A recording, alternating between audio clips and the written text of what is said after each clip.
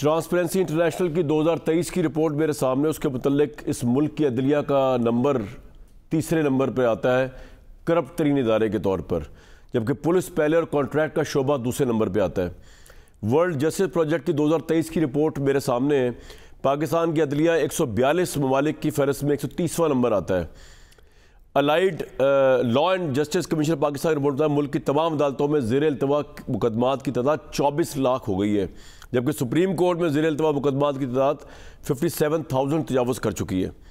पांचों high court में ज़ेर इल्तवा मुकदमात की तादाद 3 लाख से ज़्यादा बढ़ गई है। और छोटी अदालतें जो है मुल्की, उनमें 18 लाख से ज़्यादा लोग जो है ना वो इस वक्त इंसाफ के मतलासी हैं। मसला ये है कि इस मुल्क के अंदर सबसे बड़ा प्रॉब्लम ही हमेशा इंसाफ का रहा है। इंसाफ यहाँ बिकता रहा, इंसाफ यहाँ ठोकर पे रहा, इंसाफ यहाँ प्रेशराइज होता रहा, इंसाफ ने यहाँ फांसियाँ दी, इंसाफ ने यहाँ कानून तहत होता रहा, इंसाफ जो है वो तालियाँ पीटता रहा। इस मुल्क में जो एलीट हुक्मरान होते हैं वो अगर गलती से मुजरिम भी बन जाए, ख्वाह वो इमरान खान साहब हों, नवाज शरीफ साहब हों या वो बेनज़ीर भुट्टो साहिबा हों, उनके लिए रिलीफ फिर भी मिलने की तवक्को है कि वो अपनी इन ज़िंदगियों के अंदर जिसमें वो ज़िंदा है वो वापस आके दोबारा हुक्मरान भी बन जाएंगे अपनी नेचुरल साइकिल ऑफ एज के अंदर, वो दोबारा आके इक़्तिदार में भी चले जाएंगे, वो बरी भी हो जाएंगे। लेकिन आम आदमी पाकिस्तान का जो है वो अपनी नेचुरल साइकिल जो होती है एज की, उसके अंदर तो इंसाफ नहीं उसको मिल सकता। कोई कत्ल का मुलजिम हो, मुजरिम हो, झूठा इल्ज़ाम लगाओ, सच्चा लगाओ, उसको 20 साल बाद ही चलता है पता कि भाई आप बेगुनाह थे या बेगुनाह नहीं थे। सियासत में ज़रूर बात करेंगे, लेकिन सियासत अब कोर्ट्स के अंदर, कोर्ट सियासत ये सब कुछ पॉलिटिशियंस ने घुसा दिया हुआ है। तो ज़रा आवाम की राय सुन लें। जो आम आवाम जो है, जितने हाई प्रोफाइल केस चल रहे हैं इनको तो हम लम्हा बलम्हा लाइव कवरेज करते हैं, लेकिन ये जो आम आदमी, जो आम पाकिस्तानी जिनके वोट से ये बड़े बड़े लीडर्स, बड़े बड़े प्राइम मिनिस्टर्स और पता नहीं क्या कुछ बनते हैं, ये किस तरह जलील होते हैं अदालतों के आगे, ये किस तरह इंसाफ की दुहाइयाँ देते हैं, वो ज़रा नज़र डालें। उसके बाद मैं आपको बड़ा एक अहम तरीन स्टेटमेंट सुनाऊंगा। आज इख्तलाफी नोट बड़ा इंटरेस्टिंग आया है, मेरी समझ में तो नहीं आया लेकिन शायद हमारे शुरा की समझ में ज़रूर आया। और इस वक्त अदालत और इदारों के दरमियान देयर इज़ नो डाउट कि एक टकराव चल रहा है। इस पर ज़रूर बात करेंगे आज के इस प्रोग्राम में। सबसे पहले जो लोग, आम पाकिस्तान की पब्लिक जो नवाज शरीफ, बेनज़ीर, इमरान खान को जिनकी कोई हैसियत नहीं होती उनको वो मुकाम दे देती है कि वो पाकिस्तान के माई बाप बन जाते हैं, प्राइम मिनिस्टर बन जाते हैं, वो अवाम किस तरह जलील हो रही है इस अदालती निज़ाम के हाथों, ये ज़रा देखते हैं। मेरे ना बहुत जुल्म होया, मेरे शौहर ਨੂੰ कतल किया गया, 7 बच्चे मेरे यतीम किए, 7 साल मैं अदालतां जरूरी कोई गल नहीं सुनी, कोई नहीं, उन्होंने बरी करके फारग कर दिता। जज ने मेरे नाल इंसाफी की कि अदालतां इंसाफ है कि हुकूमत है। मैनू 3 साल हो गए ने अपनी जमीन का केस लड़ रहे हैं, कोई इंसाफ नहीं मिल रहा। उस टाइम इंसाफ मिलता है जिस टाइम इंसान कब्रों में पहुंच जाता है। अदालतों के अंदर आके ना तो हमें कोई वक्त मिलता है ना इंसाफ मिलता है। वकील को खड़ा करने तो वकील पैसे लेते हैं, दाएं बाएं हो जाते हैं, चलो कल की तारीख डाल दी, परसों की तारीख डाल दी, ये हो गया वो हो गया। साफ ना दी कोई चीज़ नहीं है, लोग रोल के मर जाते हैं, कभी जज नहीं बैठा होंगे, कभी वकील नहीं पेश होंगे, कभी कोई हो जाएगा, इतने कुछ नहीं है स्वाय जलालत। ये कचहरी का हाल ये है कि यहाँ पे जितना भी बंदा जेब में खर्च लेके है वो सारा खर्च करके जाता है, कोई सुनने वाला नहीं है। पता ही नहीं है किसी को कि यार जेल में लोग मर रहे हैं, इनके लिए फैसला करना है। अदालतां दे विच इंसाफ लेना देन जी, मतलब कि रुल जाता बंदा, अखीर हो जाती, ਉਹਦੇ ਤੋਂ ਬਾਅਦ मर जाता है, मरन तो बाद फिर भी इंसाफ वाले व्यू नहीं मिलते। लेकिन अदालतों के विच इंसाफ ना दी कोई चीज़ नहीं रह गई, इतने अपनी मनमानी, अपनी मर्जी से जज साहबान अपनी मर्जी से फैसले। 12-15 साल हो गए, ज़्यादा हो गए, तो कोई इंसाफ नहीं मिलता। यहाँ पे इंसाफ नहीं मिलता, सदियाँ गुजर जाती हैं। जो ताकतवर है ना उसको इंसाफ मिल रहा है, 1 मिनट में 7 जमानतें मिल रही हैं। जिसको सजा मिलनी चाहिए उसको सजा नहीं मिलती, बेगुनाह को सजा देते हैं ये लोग। जड़े बंदे ना सीढ़ियाँ चढ़ के मेरे वर्गे बाबे वो बूढ़े हो जाते, खत्म हो जाते हैं, मर जाते हैं। 3 साल हो गए हैं, अभी तक कोई फैसला नहीं हुआ, मेरे कोई इंसाफ नहीं मिला। सालों साल बंदा जो है ना वो अदालतों में चक्कर खाता रहता है, रुल जाता है इंसान। पाकिस्तान में अगर इंसाफ हमें मिलता हो तो हम इधर खजल हो। इंसाफ नाम की चीज़ ही नहीं है, तरीक पे तरीक डलती है, बनता कुछ भी नहीं है। इतने अदालतों में बंदा रुल जाता है जी, 20-20 साल चलता रहता है, 30-30 साल चलता रहता है। कई नस्लां जिहड़ियां तबाह हो जांदियां ने, दादा करदा वो मर जाता, फिर उसका पुत्र मर जाता, अगों पोतरे दी वारी आउंदी, पोतरा भी तुहाडे सामने खड़ा रुल जाता बंदा। यहाँ पे इंसाफ मिलना तो दूर की बात है, इंसाफ के करीब से भी नहीं गुजरा जा सकता। इंसाफ की फराहमी ऐसे है कि जिसकी लाठी उसकी भैंस, इंसाफ वाली कोई बात नहीं। माड़े के लिए जेल, हवालात, FIR और तकड़े के लिए कुछ भी नहीं। जिसका जज अपना लगा उसकी सारी बात, जिसका कुछ नहीं उसका कुछ नहीं, वो सीधा जेल में। केस जब लगता है ना तो वो बड़ा लंबा चला जाता है, जिसमें घर के घर बिक जाते हैं, इंसाफ फिर नहीं तो मिलता। साढ़े अपने केस लगे ने तकरीबन 8 तो 10 साल हो गए, सानू इंसाफ नहीं मिले। जो मुखालफ पार्टी पैसा ला देंदी रही है, असि परेशान, तो लिहाजा इंसाफ मिलने की सूरत ही नहीं नजर आ रही। महंगा इंसाफ है, रिश्वत के तौर पे इंसाफ है, मेरिट पे इंसाफ कोई नहीं है, रिश्वत खाकर भी इंसाफ कोई नहीं है। इंसाफ नाम की पाकिस्तान में चीज रह ही नहीं गई। मैं अगर सेशन अदालत का जज हूँ, या मैं अगर किसी हाई कोर्ट का जज हूँ, या मैं अगर किसी सुप्रीम कोर्ट का जज हूँ, तो मुझे तो रात को नींद नहीं आनी चाहिए जब मुझे पता चले, ये नहीं कि मैं ये दिखा रहा हूँ, ये तो सबको पता है, ये तो मैं वैसे आपको एक झलक दिखा रहा हूँ कि अगर पता चले कि जिस काम के लिए अल्लाह ताला ने काजी को तकवीज़ किया है वो काम ही पूरा नहीं हो रहा। और आज मैं जैसे अतर बिन साहब का इख्तलाफी नोट पढ़ रहा था, बहुत ही काबिल इज़्ज़त जज है, लेकिन मुझे एक बात जो उनकी समझ नहीं आई, वो ये कह रहे थे कि बानी पीटीआई कोई आम मुजरिम या कैदी नहीं है। हालिया इंतखाबात साबित हुआ कि बानी पीटीआई के भी लाखों सपोर्टर्स हैं। बेनज़ीर भुट्टो और नवाज शरीफ भी कोई आम मुजरिम नहीं थे। और ये तासुर है कि इस्टेब्लिशमेंट अदलिया की गठजोड़ की वजह से मुंतखब अवामी नुमाइंदों बदसलूकी की जाती है। इन दोनों को भी रियासती ताकत, बेनज़ीर और नवाज शरीफ की बात करें, रियासती ताकत के गलत इस्तेमाल का सामना करना पड़ा। दोनों को हरासा किया गया, यानी बेनज़ीर और नवाज शरीफ को, शाहिद खाकान अब्बासी को, नवाज शरीफ यूसुफ रज़ा गिलानी को। पॉइंट ये है कि ये जो शायद मेरी समझने में गलती है, लेकिन अतर बिन साहब ये जो फरमा रहे हैं कि आम मुजरिम नहीं है, भाई मुजरिम आम ही होता है, इससे क्या फ़र्क पड़ता है? ये तो हो सकता है कि किसी पे इल्ज़ाम गलत लगाओ, किसी में किसी साजिश के तहत जो है उसको फंसा दिया गया हो, इस पर ज़रूर बात हो सकती है। लेकिन ये कहना कि जी एक क्योंकि बेनज़ीर हैं, वो कोई नवाज शरीफ हैं, वो कोई इमरान खान है, तो वो कोई ऊपर से उतार तो नहीं उतरे हुए, वो आम लोग हैं, कानून के सामने वो आम मुल्ज़िम है, कानून के सामने उनको क्या रियायत बरती जा सकती है? ये तो हम शरीयत में है, रसूलुल्लाह सल्लल्लाहु अलैहि वसल्लम की हदीस है कि हज़रत फ़ातिमा रज़ियल्लाहु अन्हा जो है उनके मुतालिक उन्होंने कहा कि अगर मेरी बेटी जो है वो भी चोरी की सज़ा के अंदर अगर उस पर इल्ज़ाम लग जाएगा तो उसकी वही सज़ा होगी जो एक आम आदमी के, तो उनसे ज़्यादा मुतबरिक तो ये हस्तियाँ नहीं जिनके नाम यहाँ पे कोट की गई इख्तलाफी नोट के अंदर। तो मुझे तो समझ नहीं आया जज साहब ने ये जो कहा है, ये बात तो समझ आती है कि यहाँ पे ज़्यादतियाँ होती हैं, लेकिन आम आदमी के साथ उससे ज़्यादा ज़्यादती होती है, उसके ऊपर भी इख्तलाफी नोट लिखने चाहिए। सिर्फ अतर बिन साहब की बात नहीं कर रहा, तमाम जजेस की बात करो, लेकिन ये वाली बात समझ आई, जानने की कोशिश करते हैं अपने पैनलिस्ट से। अहमद अवैस साहब, मोहसिन राजा साहब, मजहर साहब। मजहर अब्बास साहब, ये जो उन्होंने कहा, ये आम लोग नहीं हैं, ये नवाज शरीफ साहब हो गए, ये बेनज़ीर भुट्टो साहिबा हो गई, इमरान खान साहब हो गए, ये इसका क्या मतलब है? ये आम लोग नहीं है, कानून के सामने तो सब आम ही होते हैं ना, कानून किस तरह खास और आम कर सकता है? शुक्रिया कामरान, नहीं बिल्कुल ठीक कह रहे, बिल्कुल आप ठीक कह रहे हैं कि कानून की नज़र में सब बराबर होते हैं और बराबर होना चाहिए। देखिए, हम जब ये बात करते हैं ना कि इंसाफ नहीं मिलता, अभी आपने बहुत से क्लिप सुनाए, अब मसला ये है कि ये मैं फ़ैसला नहीं कर सकता कि जो ये बात कह रहा है कि इंसाफ नहीं मिलता, हो सकता है कि उसकी नज़र में उसे इंसाफ ना मिला हो, लेकिन उसका जो मुकाबिल है हो सकता है कि उसको इंसाफ मिल गया हो। तो हम ये फैसला नहीं कर सकते कि इंसाफ के माने क्या होते हैं। मदर साहब, इनमें से मेजॉरिटी लोग वो हैं जो 10 साल से फैसला ही नहीं हुआ। चले, आपकी बात तब तो सही है कि अगर तो एक पार्टी का फैसला हो गया, फैसला ही नहीं हुआ सर, मर जाते हैं लोग।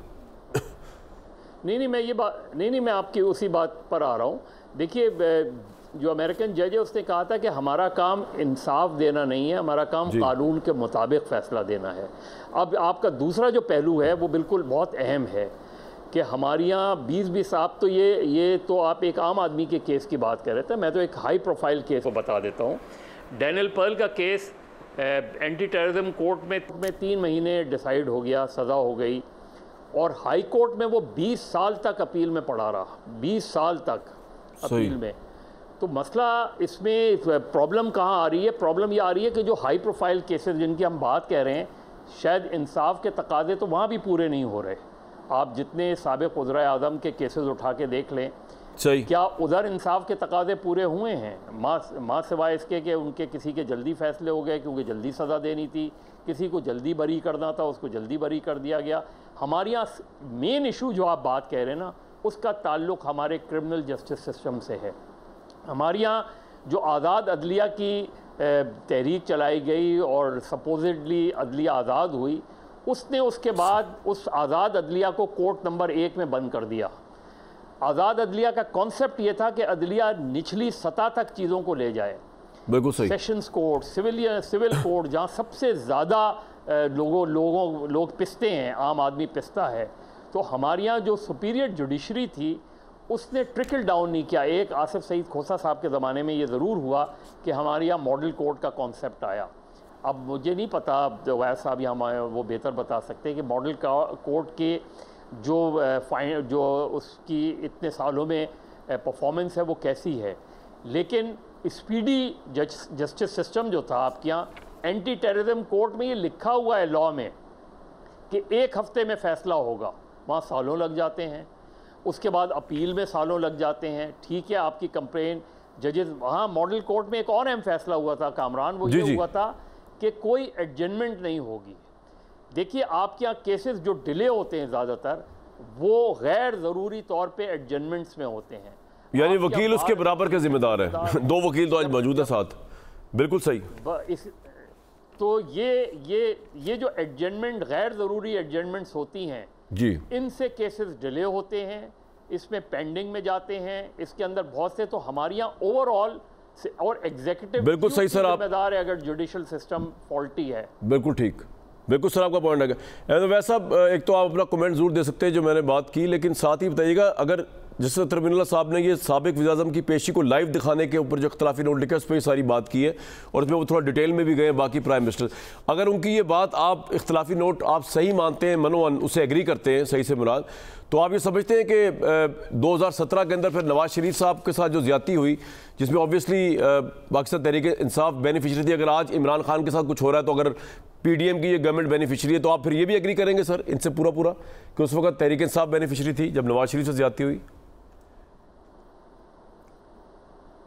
बिस्मिल्लाहिर्रहमानिर्रहीम। देखिए बात यह है कि सिचुएशन को उसके सर्कमस्टांसिस के अंदर देखना होता है जी। आप पुराने किसी वाक़या को आज के साथ बिल्कुल कंपैरिजन करके सामने ला नहीं सकते, उनके सर्कमस्टांसिस देखने हैं, आपके सर्कमस्टांसिस देखने हैं। लेकिन एक बात बड़ी वाज़ेह है जो आपने जैसी बात की कि पाकिस्तान में जुडिशल इंस्टीट्यूशन जो है, अदारा अदलिया का जो है वो कमज़ोर है, वो ताकत नहीं पकड़ सका जितनी उसको ताकतवर होना चाहिए था। ताकतवर उसके बहुत सारे पहलू हैं। पाकिस्तान के आईन ने तो जो ताकत दी है, जो हैसियत दी है और जो जुरिस्डिक्शन दी है पाकिस्तान के जुडिशरी को, सुपीरियर जुडिशरी को, सुप्रीम कोर्ट को,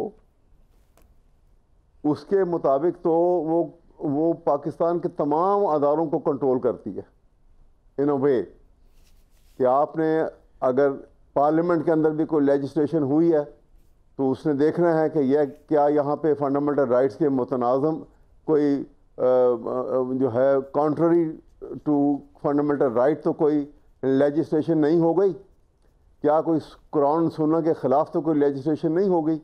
ऑन दैट टच स्टोन वो देखेंगे और उसको अगर है तो वो उसको स्ट्राइक डाउन कर सकते हैं। इसी तरह से अदारों के जहाँ पे वायलेशन ऑफ फंडामेंटल राइट्स होती है कि एग्जीक्यूटिव का काम है कि फंडामेंटल राइट्स प्रोवाइड करना। ये मैं इसलिए बात कर रहा हूँ कि पाकिस्तान का आइन जो है वो कोई आइन जो है वो सोशल, उसे कहते हैं कि ये एक सोशल कॉन्ट्रैक्ट है। अब सोशल कॉन्ट्रैक्ट जो है ये दो पार्टियों, कोई कॉन्ट्रैक्ट दो पार्टियों के दरमियान होता है। इसमें एक पार्टी पीपल ऑफ पाकिस्तान है, दूसरी पार्टी स्टेट ऑफ पाकिस्तान है जी। पीपल ऑफ पाकिस्तान ने अपने सारे राइट स्टेट का आगे सरेंडर कर दिए। आर्टिकल 5 स्टेट ऑफ पाकिस्तान ने गारंटी की है कि फंडामेंटल राइट्स हम प्रोवाइड करेंगे, प्रोटेक्ट करेंगे और प्रिजर्व करेंगे तुम्हारे लिए, ये हमारी जिम्मेदारी है। अब एक इंडिविजुअल ने अपने सारे राइट्स सरेंडर कर दिए, लेकिन स्टेट अपनी जिम्मेदारी जो है फंडामेंटल राइट्स की शक्ल में प्रोवाइड नहीं कर रही, पूरी जिम्मेदारी नहीं कर रही। कॉन्ट्रैक्ट टूट गया अगर आप स्ट्रिक्टली देखें, वैसा खतरनाक सूरत हाल है। अब जब एग्जीक्यूटिव उसकी केयर, मेरी बात सुनिए जी जी जी बताइए। अब एग्जीक्यूटिव अगर केयर नहीं करती है तो फौरन जिम्मेदारी आ जाती है जुडिशरी के ऊपर, क्योंकि preserve, protect and defend the constitution of Pakistan. अगर इन्होंने पूरा नहीं किया तो वो पूरा करेंगे, क्योंकि कॉमन मैन को तो प्रोवाइड करने हैं आपने हर सूरत। लेकिन यहाँ पे सूरत हाल जो है वो फिर बिल्कुल मुख्तलिफ है। वहाँ क्या होता है कि एग्जीक्यूटिव जो है वो जुडिशरी के ऊपर हावी हो जाती है, होने की कोशिश करती है, और वो आपने देख लिया। अब वो चाहे वो एस्टेब्लिशमेंट की शक्ल में है या वो किसी और शक्ल में लेकिन है। वैसा जो इमरान साहब जो है उनको तो बड़ा रिलीफ मिला है अदालतों से, उनको तो देखें पहले तो अगर आप मुझे थोड़ा सा बोल लेंगे उसके बाद आप रिस्पॉन्ड कीजिएगा। रिलीफ के देखिए मैं बोल तो लूँ उसके बाद आप रिस्पॉन्ड कर दीजिएगा, अगर मैं अर्ज कर दूँ उसके बाद आप पूरा रिस्पॉन्ड कीजिएगा। जो कंटेस्ट में बात नहीं कर रहा हूँ, अच्छा बात ये वो एक्सेसिस हैं वो रिलीफ मिलने की सूरत भी यही है कि ये जब आप अपने अथॉरिटी को एब्यूज़ करते हैं, अथॉरिटी से बढ़ के कोई काम करते हैं, तो वहाँ पे एक प्रॉब्लम क्रिएट हो जाती है। और वो प्रॉब्लम जो है, जब वो प्रॉब्लम क्रिएट होती है तो फिर उसमें जब आप जल्दबाजी में या किसी को खुश करने के लिए कोई फैसला, कोई ऑर्डर पास करते हैं, तो उस ऑर्डर की कानूनी हैसियत जो है सर, लेकिन मैं अर्ज ये करने लगा हूँ कि जो तहरीक इंसाफ के मुखालिफ है ना, वो ये कहते हैं कि पिछले 1.5-2 साल से जिस तरह देखें, जिसमें इमरान खान साहब आज़ाद थे, कोर्ट उनको बुलाती रही, वो अपने टाइम स्केड्यूल पे आए, कोर्ट के बुलाने पे नहीं आए, वहाँ पेट्रोल बम तो चले लेकिन वो नहीं आए। फिर जब वो आए, कोर्ट चल के खुद बाहर आई, वो पार्किंग में खड़े रहे, उनकी स्टैंप लगी, वो अंदर उन्होंने हाजिरी नहीं लगाई। उनको अलकादर ट्रस्ट में जमानत मिली, उनको साइफर के अंदर क्लीन चिट मिली, उनका अभी CSD जो CDA का जो मामला हुआ था सेक्रेटेरिएट का, उसके ऊपर मिली। तो कोर्ट आपके लिए तो फंक्शन कर रही है, बाकियों के लिए भी कर रही है, मैं ये नहीं कह रहा, आम आदमी के लिए कर रही नहीं कर रही, आपके लिए कर रही है। इससे पहले नवाज शरीफ साहब के लिए फंक्शन की इस्लामाबाद हाई कोर्ट में, लेकिन वो कहते हैं हमें बहुत लेट रिलीफ मिला। आपको तो आपका तो कोई शिकवा नहीं बनता मेरे ख्याल से अदालत से। कॉमन मैन को कॉमन मैन के पॉइंट ऑफ व्यू से वो आप ठीक कह रहे हैं, इस बात से कोई खुश होने की जरूरत नहीं है। ठीक है, कॉमन मैन जो है ना, असल में जब तक उसको रिलीफ नहीं दे सकते हैं, तो आप, इसका मतलब है कि पर्पस ऑफ स्टेट जो है वो फेल हो गया, हल नहीं हो सका, बिल्कुल ठीक कर सके उसको। ये I totally agree with you. मुल्क का निजाम जो है ना, कॉमन मैन को सामने रख के, और सर आपको ये लगता है वैसा कॉन्ट्रैक्ट जो है वो कॉमन मैन को बिल्कुल ठीक है, वैसा आपको लगता है कि इस वक्त हालात जो चल रहे हैं उसके अंदर आपको कुछ टकराव की सूरत हाल नजर आ रही है इदारों और अदालतों के दरमियान? मुझे लग रहा है कि बड़ी करीब है। अच्छा, बड़ी करीब है। अच्छा, आप किस बुनियाद पे ये समझ रहे हैं वैसे साहब कि बहुत करीब है? मैं भी ये समझ रहा हूँ करीब है, लेकिन मेरी अपनी वजूहात है, पता नहीं आपसे मैच करती है कि नहीं। मैं आपको बताता हूँ, उसकी वजह ये है कि देखिए, एक मुस्तकिल जब एक अदारे के ऊपर दबाव रखा जाए, तो जब वो अपने आप को अदारा जो है ना, एक होता ही है कि एक आइन ने जो अथॉरिटी दी हुई है, उस अथॉरिटी को वो एक्सरसाइज नहीं कर सके और उसके ऊपर दबाव में रहे। एक स्टेज आ जाती है कि जहाँ पे अदारा जो है, उसके जो इनबिल्ट डायनेमिक्स होते हैं वो एक्टिव हो जाते हैं, इसलिए कि सर्वाइवल का इशू आ जाता है कि अगर इससे नीचे चला गया तो ये अदारा ख़त्म हो जाएगा। जुडिशरी उस स्टेज से रीएमर्ज करने लगी है, मुझे लग रहा है। तो टकराव कैसे होगा? टकराव क्यों कर होगा? रीइमर्ज कर जाए, अच्छी बात है, रीइमर्ज कर जाए, तो टकराव किस तरह होगा? तो रीइमर्ज करी तो अच्छी बात है। अच्छी बात है, नहीं बड़ी अच्छी बात है ना, इसलिए मैं कह रहा हूँ कि ये टकराव की इसलिए कह रहा हूँ कि वो दूसरी ताकतें जो वो इमर्ज नहीं होने देंगी। अच्छा, पूरी वो हरकत ऐसी इस मामले में आगे आएंगे इस हद तक कि वो जुडिशरी अपनी असल शक्ल में इमर्ज मत हो, ना हो। इसलिए मैं कह रहा हूँ टकराव की सूरत, अदरवाइज तो बिल्कुल हमें सबको एक्सेप्ट कर लेना चाहिए कि जुडिशरी की जो हैसियत है, पॉइंट आ गया सर आपका, पोजीशन में ही रहना चाहिए। बिल्कुल ठीक है। दुनिया का कोई ऐसा मुल्क नहीं होगा, दुनिया का कोई ऐसा मुल्क नहीं होगा जहां पे एजेंसियों की रिकमेंडेशन पे जजेस लगते हों। दुनिया में एक ऐसा मुल्क है जिसको मैं जानता हूं जहां पे लगते हों। नहीं, वो तो हमेशा ही होता है, देखें जी। नहीं सर, मैं आगे चल रहा हूँ। वो तो हमेशा से होता है। नहीं, हमेशा से गलत होता है ना सर, हमेशा होता रहा तो गलत होता रहा है सर। मैं ये कह रहा हूँ वैसा, मैं ये कह रहा हूं कि अगर आप वैसा मुझे नौकरी लगवा देंगे दुनिया न्यूज़ में, तो ऑब्वियसली मैं तो फिर बात ही खत्म होगी ना, फिर तो बिल्कुल ही कॉम्प्रोमाइज़ हो गया मैं। और अगर मैं कॉम्प्रोमाइज़ नहीं होऊंगा तो आपसे क्लैश भी हो सकेगा, फिर मैं तो ये बात कर रहा हूँ। लेकिन एनी हाउ, पहले नहीं ना मुझे सिफारिश करवानी चाहिए आपसे, क्योंकि आपका ये काम ही नहीं, आप लॉयर हैं, ये जर्नलिज्म है, आपका क्या ताल्लुक इन कामों से? बहरहाल, ये पाकिस्तान में आवेगा आवा बिगड़ा हुआ है, ये कोई उस तरह का सिस्टम नहीं चल रहा यहाँ पे जिस तरह के बाहर के मुल्क वाले की जिसे हम कंपेरिजन ड्रॉ करते हैं। सर, मैं जरा राजा साहब के पास चला जाऊँ। मैटर ऑफ कंसर्न देखिए ना, मैंने इसलिए आपके सामने मिसाल दी थी कि देखिए जहाँ पे इंडिविजुअल जो है वो ताकतवर हो जाएगा तो वो अदारा कमजोर हो जाएगा। मैं आपको बता रहा हूँ ना इंडिविजुअल ताकतवर कैसे होते हैं सर, मैं आपको बता रहा हूँ ना, जब अवैध साहब आपको राइट दे देंगे दुनिया न्यूज़ चलाने का, आप ही हमारे एमडी के एक्सटेंशंस कर रहे होंगे, आप ही बता रहे होंगे क्या करना है, आप ही लॉस बना रहे होंगे और धज्जियां उड़ा देंगे जर्नलिज्म के असूलों की। फिर आप जब उतर जाएंगे इक़्तिदार से, उसके बाद आप इंकलाब का नारा बुलंद करते रहे, आपने तबाही तो फेर दी ना सर। आप अपने एंड पे भी तो गलती थोड़ी सी मान लेना यार अवैध साहब। आप तो बिल्कुल कहते हैं कि 3.5 साल का दौर था ही नहीं, पाकिस्तान में आए नहीं कभी। चलें बहरहाल, मैं आगे अगर इजाज़त दें, मैं किसी एंगल से अगर इजाज़त दें, मैं किसी एंगल से नहीं बात करता। नहीं, मैं ये नहीं कह रहा आप किसी एंगल से बात कर रहे हैं, मैं ये बिल्कुल नहीं कह रहा, आप तो बड़ी स्ट्रेट बात करते हैं, मैं बिल्कुल ये नहीं कह रहा सर। मैं राजा साहब के पास अगर आपकी इजाज़त हो चला जाऊँ। राजा साहब, ये टकराव की सूरत हाल आपकी वजह से तो नहीं पैदा हो रही, क्योंकि प्रोसिक्यूशन आपकी कमज़ोर लग रही है साइफर केस के अंदर। मामला जो है चला जाता है कि शायद जज ने ऐसा फैसला दे दिया, क्योंकि अभी तफसीली फैसला तो आया नहीं, तो पता चले। आपको भी टकराव की सूरत हाल नज़र आ रही है अदालतों और रियासत के दरमियान या इदारों के दरमियान? जहाँ तक अदालतें और रियासत का सवाल उठता है, मैं इस चीज़ को ज़रा इससे भी एक कदम पीछे हट के देखता हूँ कि जो सूरत हाल पैदा हुई ख़ास तौर पे 9 मई के जो वाक़यात थे, जो सानिया 9 मई था, उससे रिलेटेड जो मुल्ज़मान थे, उनके जो अदालतों में जो मुकदमात की समात का मामला था, वहाँ से इस सूरत हाल जो थी ये सारी शुरुआत होती है उसकी। और उन मुकदमात में जो जिस तरीके से अदारे समझ रहे थे कि उनका भी फंडामेंटल राइट है कि अगर एक शहरी पे, पाकिस्तान के शहरी पे हमला होता है तो उसके फंडामेंटल राइट्स हैं, तो अगर एक अदारे की सालमियत पे हमला होता है, जो कि एक जायज़ मुतालबा है मैं समझता हूँ, तो उसका भी बुनियादी जो हकूक़ हैं वो डिस्टर्ब होते हैं, इन्फ्रिंज होते हैं, और उसका भी राइट बनता है। तो ये जो टकराव का माहौल था, ये शुरू जिसकी बुनियाद थी, ये वहाँ से रखी जा रही है। और अगर वो मुकदमात पाकिस्तान की जूरिस्प्रूडेंस की तारीख़ के बीच में जितने भी सुप्रीम कोर्ट के माजी के फ़ैसले निकाल के देख लें, जहाँ पे अफवाज के मामलात हैं, उनकी तनसीबात हैं, उनके ऊपर हमलों के मामलात हैं, वो स्पेशल वो मिलिट्री कोर्ट्स में ही मामलात गए, लेकिन यहाँ पर एक एक्सेप्शन क्रिएट होती है और फिर वो एक्सेप्शन जो है वो आगे चलती जाती है। अब यहाँ से बात जो थी वो शुरू हुई, फिर आगे उसके बाद फिर जो तरीक़ाकार अपनाया गया और जिस कॉन्टेक्स्ट में मैं समझता हूँ कि जजेस, एक ज़माने में हम सुनते थे कि जजेस अपनी जजमेंट्स के थ्रू बोलते हैं, अदालतों में कम बोलते हैं, उनके जो फ़ैसले होते हैं वो बोलते हैं। लेकिन यहाँ पर क्या हो रहा था कि फ़ैसले कम बोल रहे हैं और जजेस जो हैं अदालतों में वो ज़्यादा बोल रहे हैं, और उससे मज़ीद जो है कशीदगी का माहौल जो है उसमें इजाफ़ा होता है, और फिर एकदम ऐसे फ़ैसले आना शुरू हो जाते हैं कि अगर उन फ़ैसलों को अगर आप इस तनाजुर में देखें कि वही मैटर उसी तरीके का एक हालातों वाक़यात हैं, सरकमस्टांसेस वो हैं, दूसरी किसी जमात का जब लीडर जाता है तो उसको रिलीफ कितने सालों बाद मिलता है, और एक मखसूस जमात का जब लीडर का मामला जाता है तो उसको रिलीफ कितनी जल्दी मिलता है।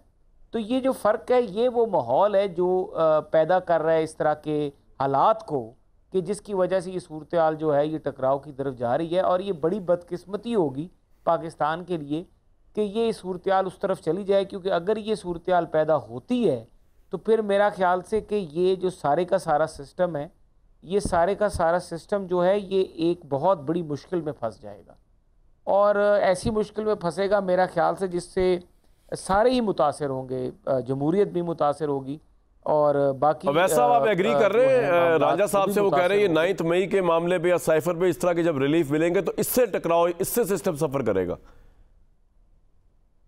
नहीं अली, देखो ना साइफर के केस के अंदर आप देखिए ना, बड़ी डिटेल, इतनी थॉरो आर्गूमेंट्स हुई हैं, और वो आपको पता है कि जो उनके स्पेशल प्रोसिक्यूटर बना के भेजा था जस्टिस हामिद अली शाह साहब को, वो छोड़ के चले गए बीच में से। इसी वजह से छोड़ के चले गए कि वहाँ पे 3 दफ़ा केस रिमांड के आगे ऑर्डर हो चुके, अब दोबारा फिर सोच रहे थे रिमांड करें ना करें। उन्होंने कहा जी इतनी देर मैंने बहस की है, अब मैं रिमांड के ऊपर नहीं जाऊंगा। आप कह रहे हैं प्रोसिक्यूशन कमजोर है, रांझा साहब जो है वो कह रहे हैं कि अदालती फैसले जो है उनसे सिस्टम बिगाड़ की तरफ जा रहा है, लेकिन समझ नहीं आई कि गंडापुर साहब को क्या हुआ है।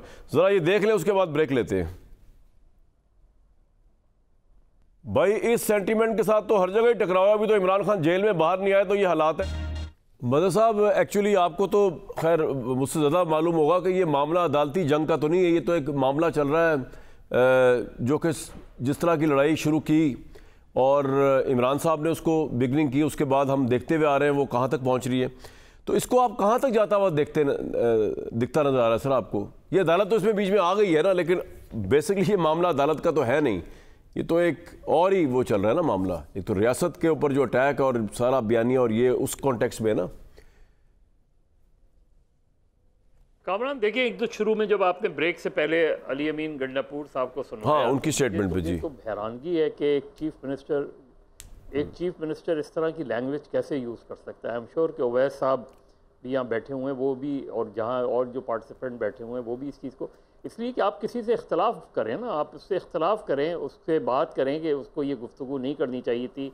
गवर्नर का ये नहीं लेवल है कि वो गवर्नर इस तरह के मामला, लेकिन जो लैंग्वेज यूज़ की अली अमीन गंडापुर में वो मेरा ख्याल है बिलो द बेल्ट थी, बहुत ही जो है, और ख़ुद पीटीआई के लोगों को इस चीज़ का नोटिस लेना चाहिए। अनफॉर्चुनेटली पीटीआई में इस तरह की चीज़ों को इनकरेज किया जाता है, इस तरह की चीज़ों को अप्रिशिएट किया जाता है इसमें। तो चीफ मिनिस्टर, वो ठीक है कि आप एक पॉलिटिकल बयान दें कि जी लश्कर लेके जाएंगे, वो सारी चीज़ें अपनी हैं, लेकिन ये जो गुफ्तगू अगर आप सुने तो उससे तो मुझे हैरानगी है कि ये छोड़ें कि आप चीफ मिनिस्टर हैं या नहीं हैं, लेकिन आप एक नहीं, बीइंग अ चीफ मिनिस्टर तो और आप रिस्पॉन्सिबल हो जाते हैं सर, एक सूबे को आप रिप्रेजेंट कर रहे हैं। हाँ, वही मैं कह रहा हूँ, आम आदमी थोड़ी है अली अमीन गंडापुर कोई, मतलब सियासी जी सियासी कौन सा सियासी कल्चर आप प्रमोट करना चाह रहे हैं, किस तरह का सियासी कल्चर आप प्रमोट करना चाह रहे हैं। हैरानगी है इस तरह की गुफ्तगू किसी की तरफ से भी हो, लेकिन हैरानगी है कि एक चीफ मिनिस्टर। अवैध साहब कंडेम करेंगे आप इस तरह की गुफ्तगू को? मदर साहब एक मिनट आप कंटिन्यू कीजिएगा, जरा एक सेकंड पूछ लो ज़िम्नन, कंडेम करेंगे सर इस तरह के एटीट्यूड को या नहीं? अवैध साहब, जब आप पॉलिटिक्स में हैं तो एक लेसन है उसके लिए कि you must learn the art what not to speak. सही, वाह, ये बस गंडापुर साहब को भी सिखा दें थोड़ा सा। वैसा साहब आप तो बुजुर्ग है सबके, ये उनको भी सिखा दें। मदर साहब कंटिन्यू करें प्लीज जी।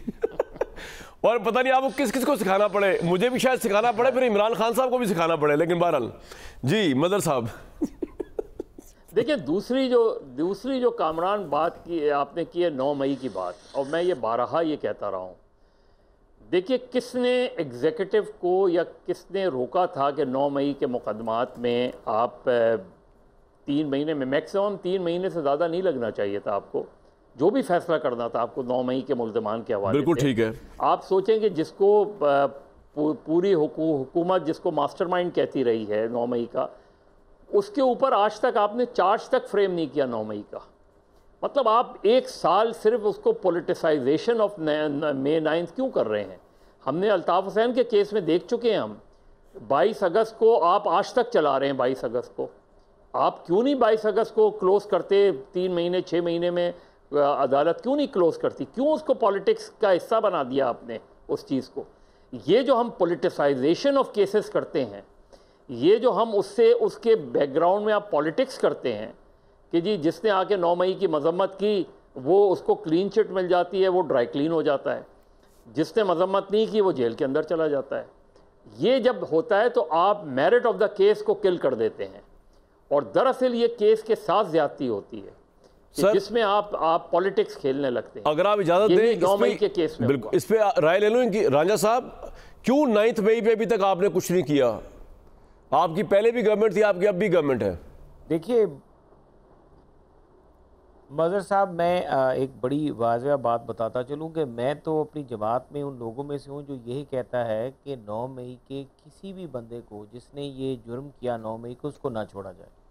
और ये जो मज़हर साहब जिस तरह फरमा रहे हैं कि जो तो वॉशिंग मशीन में से निकल जाता है वो साफ़ हो जाता है, यानी कि ये क्या कि आप तबाही भी कर दें, मुल्क का भी बेड़ा गर्क कर दें, अदारों के ऊपर भी की तजलील करें, आग लगाएं, पेट्रोल बम फेंकें, बाद में जाके माफ़ी मांग लें, आज़ाद उम्मीदवार की सीट से इलेक्शन लड़ रहे हैं और फिर पार्लियामेंट में चले जाएं। ये कोई तरीक़ाकार दुरुस्त नहीं है। और ये मज़हर साहब बिल्कुल सही कह रहे हैं कि अगर आप 9 मई में, लेकिन ये वजूहात नहीं थी इस कानून या इस केस के ख़राब होने की, ये कतई तौर पे वजूहात नहीं थी। ये वजूहात मेरे ख़्याल से जो हमारा पसंद नापसंद का जो जजेस की जो सिलेक्शन का प्रोसेस है हमारे कानून में, वजूहात वो हैं कि जब तक हम अपने जजेस जो हैं और हमारा जो ये सारा प्रोसेस है जिसके तहत ये सिलेक्ट होते हैं और सारा प्रोसेस होता है, उसको अगर हम शफाफ नहीं करेंगे, मेरिट पे नहीं करेंगे, काबिलियत पे नहीं करेंगे, अगर वो चैम्बर बेस्ड वो प्रोसेस चलता रहेगा, एक ही चैम्बर के लाइक नहीं, वो कह रहे हैं आपने चार्ज फ्रेम नहीं किया, जो एक ही वो ये कह रहे हैं मुंसलिक होंगे, उसका चैम्बर से क्या ताल्लुक है? देखिए, चार्ज फ्रेम क्या करना था? चार्ज फ्रेम तो तब होना था जब सुप्रीम कोर्ट से किसी तरफ लगता कि ये मामला जो है ये मिलिट्री कोर्ट्स में चलना है, ये मामला ATC कोर्ट्स में जाना है, ये कहाँ पर जाना है। चार्ज तो फ्रेम तब होता, अब चार्ज तो फ्रेम आपने पाकिस्तान का मदर साहब क्या कह रहे हैं? एक मिनट मदर साहब का भी सुन लें, आपके साथ ही बात करें। जी मदर साहब, आप क्या कह रहे हैं? सर नहीं, वो बिल्कुल ठीक कह रहे हैं, लेकिन मसला ये है कि कई लोगों को तो 1-1 साल सज़ा हुई ना इसी केस में, तो इसका मतलब है कहीं ना कहीं तो केस चला ना, वो सज़ा भी हुई, सज़ा से पहले वो उनकी सज़ा कंप्लीट हो गए, वो रिहा भी हो गए। जी राजा साहब, मसला ये है कि आप फैसला करें ना, एक इतना बड़ा वाक़या था, उस वाक़े को आपने 1 साल से लटकाया। जी राजा साहब, देखिए, जहाँ तक बात वो लटकाने की, तो बात यह है कि वो मामलात जो हैं उसके बीच में ये सबसे बड़ा मसला जो आ रहा है वो यही था कि ये मिलिट्री कोर्ट्स वाला जो मामला है ये तय होगा तो फिर इस चीज़ को देखा जाएगा। लेकिन जब वो अब कुछ जजेस ने तो उसके ऊपर सजा फैसले देना शुरू किए, कुछ अदालतों ने, लेकिन कुछ जो हैं वो नहीं दे रहे। सर आपका पॉइंट आ गया, आपने सारी बात डाल दी उस पर, बिल्कुल ठीक है, बिल्कुल पॉइंट आ गया। अवैध साहब मुझे एक बात समझाएं सर, कि सिर्फ एक बात बता दें कि इस तरह की बातों से क्या होगा कि जिस तरह के ट्वीट किए जाते हैं पाकिस्तान तहरीक-ए-इंसाफ के चेयरमैन के उससे, और उसके अंदर जो वीडियोस अपलोड की जाती हैं उसके अंदर सरीहन लगता है पता कि बगावत की तरफ आमादा किया जा रहा है। ये कौन सी सर्विस हो रही है सियासत की, या इवन अपनी ओन पार्टी की, या अपनी ओन खिदमत क्या हो रही है, और ये क्यों है? मैं आपको मैं आपको बताऊं। पहले तो मैं सिर्फ एक सेंटेंस में जो ये बात कर रहे थे मिलिट्री ट्रायल की, जी, और सुप्रीम कोर्ट को मुलव्वस किया था इसमें। सुप्रीम कोर्ट ने बड़ा वाज़ेह, जब वहाँ पे ये पिटीशन अपील पेंडिंग है ना वहाँ पे कि मिलिट्री कोर्ट का फैसला फाइनली करना है, उन्होंने बड़ा वाज़ेह वहाँ पे ये ऑर्डर इशू किया कि आप अपना ट्रायल मुकम्मल करना, जो काम करना है वो मुकम्मल करें, सज़ा सुना दें, सज़ा के ऊपर अमल दरामद जो है वो हमारे फैसले के बाद होगा।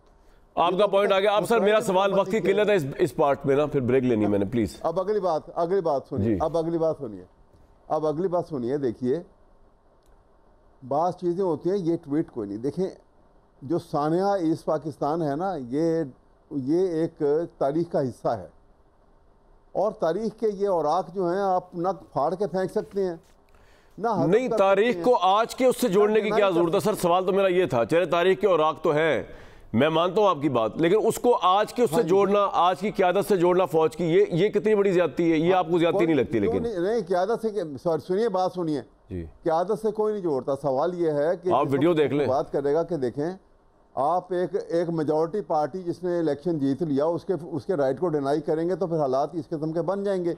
अब अगर इसको मैं दूसरी तरफ आ रहा हूँ आपकी इस बात को छोड़ के, अगर आपने नोटिस इशू कर दिए FIA के ज़रिए, हाँ जी, अब क्या होगा? इसके बाद आप FIR करवा देते हैं, FIR के बाद वो ये मैटर जाएगा ट्रायल में, जिनको एक्यूज़ बनाया इमरान खान है और कुछ चंद लोग हैं, बैरिस्टर गौहर रऊफ हसन, उमर अयूब, और उसका ट्रायल कर दिया।